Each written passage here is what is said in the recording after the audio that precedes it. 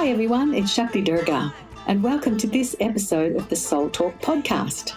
Each episode is going to feature some of the highlights from live trainings, retreats, online classes, and presentations that I've done around the world. If you find value in it, please text the link to the podcast to a friend or share it with your networks. I look forward to connecting with you soon. Namaste. Knowledge is seductive, don't you think? Like, I love knowledge. I have a study at home that is wall-to-ceiling books, metaphysical books, spiritual books from every tradition of around the globe. And I love delving into them and exploring the beautiful ideas that are there, and sometimes from the ancients, sometimes more modern writers, sometimes modern psychology. Whatever it is, I love it. And so I'm just as entertained by the mind as anybody else is. I love it. However, I know that me knowing a whole lot of stuff is actually not going to change my life, and it's not going to change the world until I embody that knowing. I've got to embody it, you see. It's a bit like saying I know how to swim when all I've ever done is read a textbook and I've never jumped in the water. So I've read the book on swimming, I know how to swim. But you get in the water and let your head go under and feel that panic, and then what do I do? And you're flailing about trying to remember what it was you read in the book. And that's one of the most simple examples of knowledge and physicality. Now we get into the more complex things of ethics and morals and competing ideas and philosophies and new versus old and structure versus incoming, we're breaking out of this structure so we can form another structure. And that happens in societies again and again and again. It happens to us again and again and again, that we grow through being the person we once were to become the person that we were always meant to be. And you see a lot of that around here, people coming into their magnificence. So in my view, when we're in the world of ideas, we're in here, but this is not the place of power. Here is the place of power. Once we've been down here and we come back again, what we actually do is get our soul to come into the ideas. We connect the mind, body, and spirit and soul in a way that's very wholesome, and where we feel like all parts of us are congruent with whatever it is that we're facing at the moment. Is this making sense? Do you get the idea that if the mind itself was the instrument of power, then all we'd have to do is a few affirmations and everything would change in our life straight away? That's not the experience of most people, don't you agree? What we have to do is we have to create a template of energy so much with our mind that there's the template of energy we've created. Just that's a symbol that represents whatever it is that you think about. But then what happens is our soul has a piece of the action. And so when our soul starts having a piece of the action, that's when transformation happens. That's when we actually change. And that's when we get that soulful energy, is when we have the power to be a force for good in the world.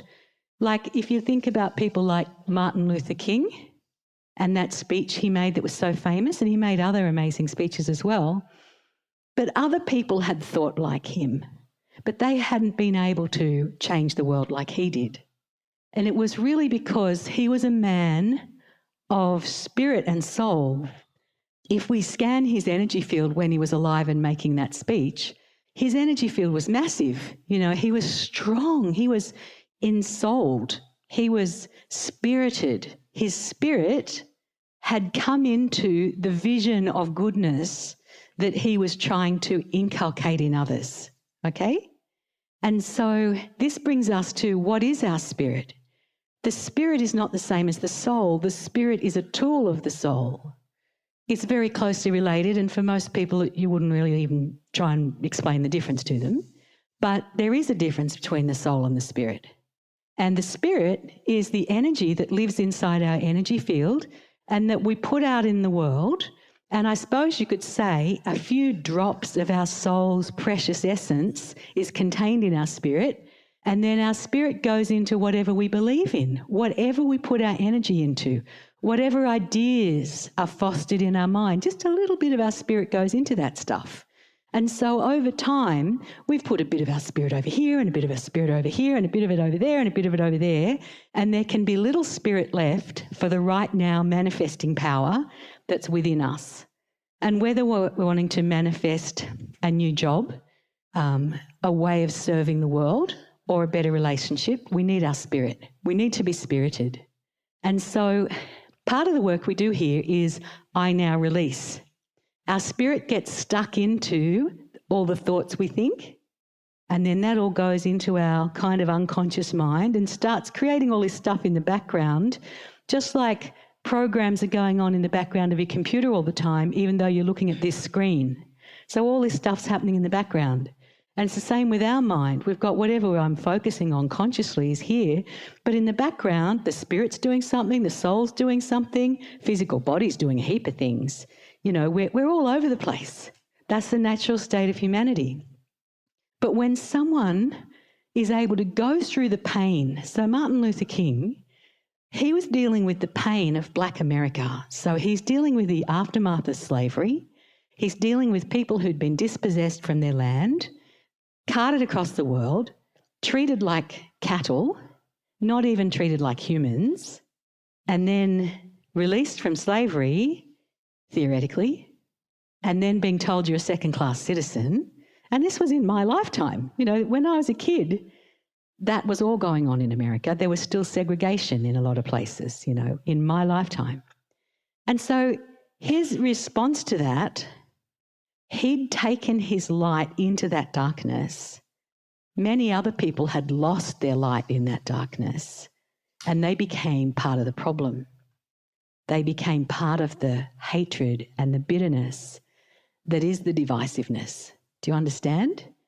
And they didn't want it to be like that, but didn't have the strength of spirit to be able to still be in this place of empowerment and vision, and to hold that vision and to go, I call in the better way of being, you know? And the reason why people like him call to us so much is because of the power of his soul that had come into his spirit. And it's the golden light of having been to hell, and even maybe still being physically in a hellish landscape for him and his family being Black, but his spirit and soul was in a place of love, like he was really coming from love. I have a dream, I have a vision, you know, he was impassioned about his dream and his vision, and he was putting his whole energy into that. He wasn't putting his energy into, oh, this is terrible, aren't these dreadful people? If he'd come from that space, his speech would not still be remembered today. He wouldn't have changed anything. But the power of someone who is in oneness with their mind, soul and spirit, and they're embodying that, that person's got the power to change the world. When we're coming from a place of judgment and criticism is telling us, I'm in my mind, and my mind is having a relationship with that thing I don't like, and I'm judging it as being bad. It's not me. It's out there, and I don't like it. Fair enough, you don't like it. But my whole spirit's going, I don't like it. I think it shouldn't exist, blah. And so we're actually putting our energy into it about how much I hate it. I hate it. I hate it.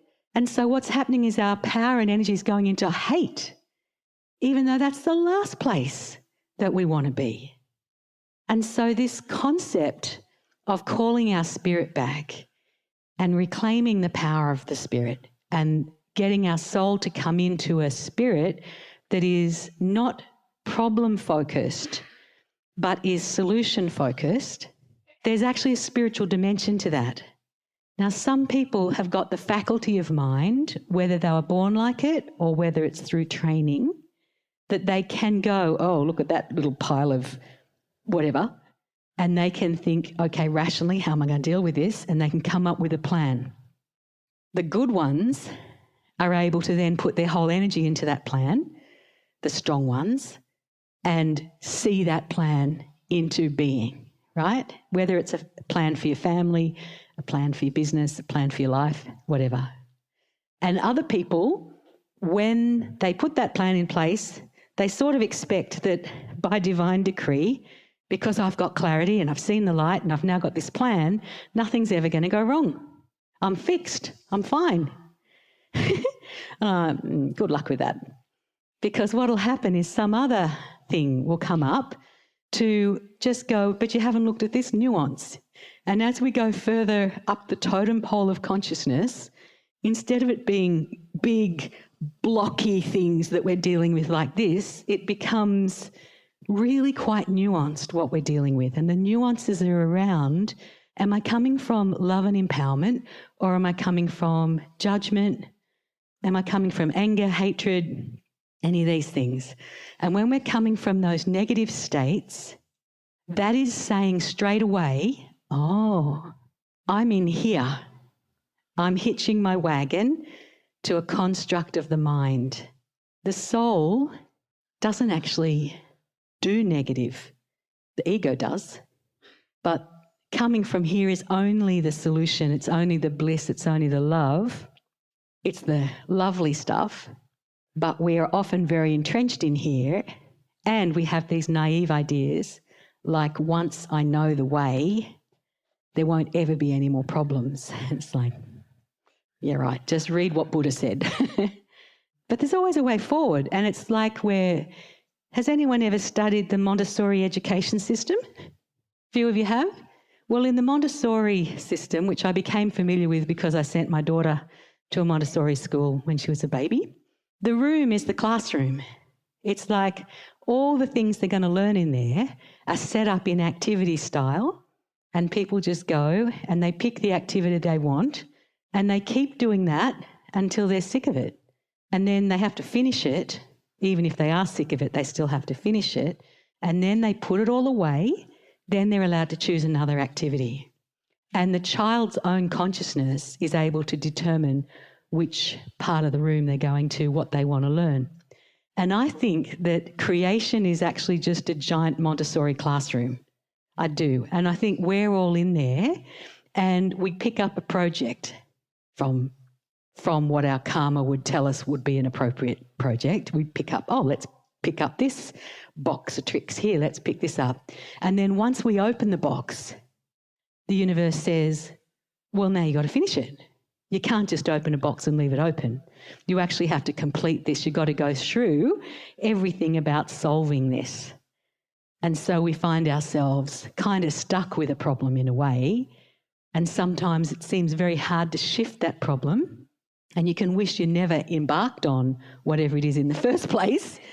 But the trouble is you did. And so having started it, the only way out of that now is to complete it. And in universal speak, completing a problem means I go into that problem to understand it. So I actually live the felt, sensed experience of this problem. It's not theoretical anymore. Boy, am I in it. And then I've got to have the strength of spirit not to get lost in that darkness, but to be able to call forth the big part of self and say, help. And to also call on, we all have spirit guides, we all have angels all around us, and they're all going, come on, we're cheering for you, come on, you can do this. But mostly we don't hear that. We just hear all the things that are wrong in our minds, like in the middle of the night when you wake up and you're worried and you're annoyed with somebody or things aren't going right. So that's the time to really get into asking your higher soul and your team of light to help you and to inspire you with how to get through this particular situation to bring it to golden light. Taking your virginal white light into the situation. See, Mother Mary in Christian mysticism is called the Virgin, not because she didn't have sex because she had a baby, but because she represents the purity of pure light in that mythology, right? Then she gives birth to the Christ. Well, he goes to hell and back, doesn't he? He goes into all that darkness, but he never loses himself. What he does is he just gathers more gold, more gold, more gold. Comes up on the cross, gold. Just gold everywhere. So much gold he can feed the entire human race with his gold. So that's what we become like. And when we get like that, our capacity to change the mass consciousness becomes big, like Martin Luther King. So he worked on himself so much. He prayed so much. I'm sure he had his bad hair days. We all do. But basically speaking, he was wed in his body, mind and spirit to the solution, not to the continuance of the problem. Many of his contemporaries were wed to the problem. Is this making sense? So it is a big, strong, gutsy thing to do, to pull your spirit out of the problem, go, come back, spirit. I know I put you in all that, but come back, because now I want to put my spirit in the solution. Is this resonating at all with anybody? Yeah. And so this is how we do relationships as well. Like, we're in relationship with everything in the cosmos. We're in relationship with our past. We're in relationship with our future. We're in relationship with the things we fear. And we're in relationship with the things that inspire us. So all of life is about relating.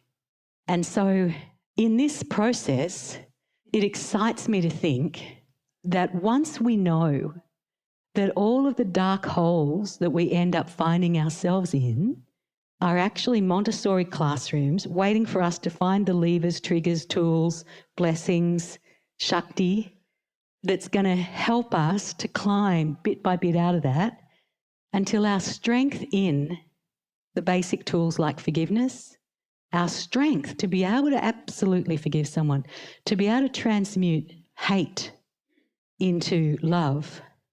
Give me that soul to work with, because that's someone who's going to change the world. It's not just changing yourself, it's changing the world.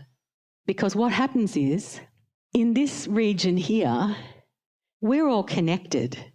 The astral or mind field is like the ocean. It's not like the earth. The earth is solid, put a chair there, it stays there. Put your intestines in your belly and, God willing, they stay there, right? Well, unless things are going seriously wrong, they do stay in there. But with your thoughts, put a thought in there, before you know it, 5 people around you have subconsciously taken on board that thought and understand in this watery way that things flow in the astral field. When we want to get our life to change, say our life has been going on this trajectory, right? We're going in this direction. And this direction might have some good things in it, but it's also got some crappy things in it. And we want to change those things. So we actually have to change direction and go more towards the light. And we have a ship's captain here with us, so I'm a bit nervous about using this analogy. However, what I normally say is that this watery minefield, we have to turn the rudder of the ship. But when we turn the rudder of the ship doesn't just go boink like that.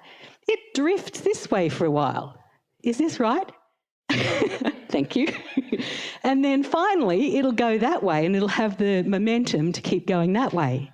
But if we let the rudder go, if we're going this way on a ship and then we want to go over there, you turn the rudder, the ship's going like this, hi, and eventually it starts going this way. But if we let the rudder go, it just keeps going this way again. Is that right? Vaguely. Yeah, we're happy? Good. Thank God. Okay. So this is what it's like when we're trying to change our life. We've got to change our mind, and the mind is the rudder. But the mind is not the ship. And it's important to understand that. The mind is the rudder, and the ship is your amazing soul that's come to live in this body, and the mind is the rudder. And then we've got this ocean of consciousness, all these thoughts of ours and other people's, and we're floating around in all of that. Got to keep the pressure on the rudder. So, for instance, if I'm in a relationship that's not going very well, then I can easily, because I'm an intelligent person, I can easily go into all the things that are wrong. I can analyse it to death. But then what happens is the more I analyse it, the more I go into it and the more reasons I have to believe that I'm right and this person is wrong, bad, evil, blah-de-blah. I'm exaggerating, but you know what I mean. And before you know it, in I've gone. And now we're going to go, okay, I'm pulling my spirit out of that and I'm using my mind as an instrument to get me to go in a different direction. So we need something we can believe in to turn the ship. And in this situation, I find things like an awareness that this is my ship I'm turning. And it's really nothing to do with the other person. This is my ship. I don't want my ship to be full of a cargo of hatred. I want my ship to be full of gold bullion, the currency of grace. And so the only way I'm going to be able to do it is to know that that's what I'm doing in my mind. My mind is an instrument for getting me from negative to a much more positive place. But in so doing, I will churn it. I'll actually churn it. And the light and the dark will become gold. And then I've done it forever. It's not like I'll ever have to reincarnate and do that again. Next time you reincarnate, you'll reincarnate with that strength inside you. And that'll be an easy part for you in your next life. Yeah. So that's another reason to keep going with these problems, because if we just give up on the Montessori classroom halfway through and say, it's too hard, then you incarnate to do it all again, and you'll have a very similar set of circumstances to deal with until finally you get it, and then you can put the game away, play another game. Thanks for joining me on this episode of Soul Talk. I hope the podcast has served you in creating a happier and more abundant life. If you've enjoyed the podcast, don't forget to subscribe, rate, and leave a review on your favourite podcast app. If you'd like to connect with me, head over to shaktidurga.com.